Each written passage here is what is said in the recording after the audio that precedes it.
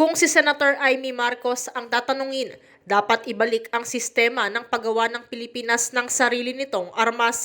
Ito ang naging tugon ni Senator Amy makaraang sabihin ni Chinese President Xi Jinping sa kanyang mga sundalo na maghanda na para sa mga maritime conflict.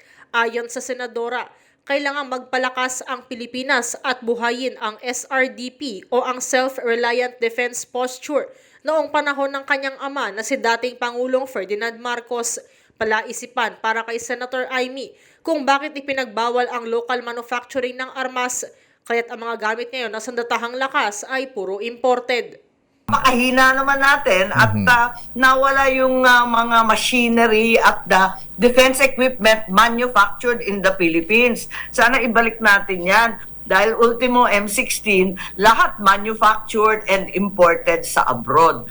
Dapat ibalik natin yung mga... Dati gumagawa na tayo ng mini cruiser Kung maalala mo tapos ina-export pa sa South sa Middle East, Southeast Asia. Meron pa tayong mga patrol boats. In fact, pumasok na tayo sa missile Meron na tayong bongbong missile nun. Ngayon, wala na, zero na. Ibalik natin yon kasi sa dinami-dami ng kaalyado natin at talagang malalakas ang US, ang Japan, and so on, sa hunot dulo, wala namang maaasahan na magtatanggal ng Pilipinas, kundi Pilipino pa rin. Giit ng senadora, bagaman nakatutuwa na maraming Pilipino ang handang lumaban para sa Pilipinas, pero hindi naman sapat na tapang lang ang baon, lalo pat ang China na ang may pinakamalaking navy sa buong mundo.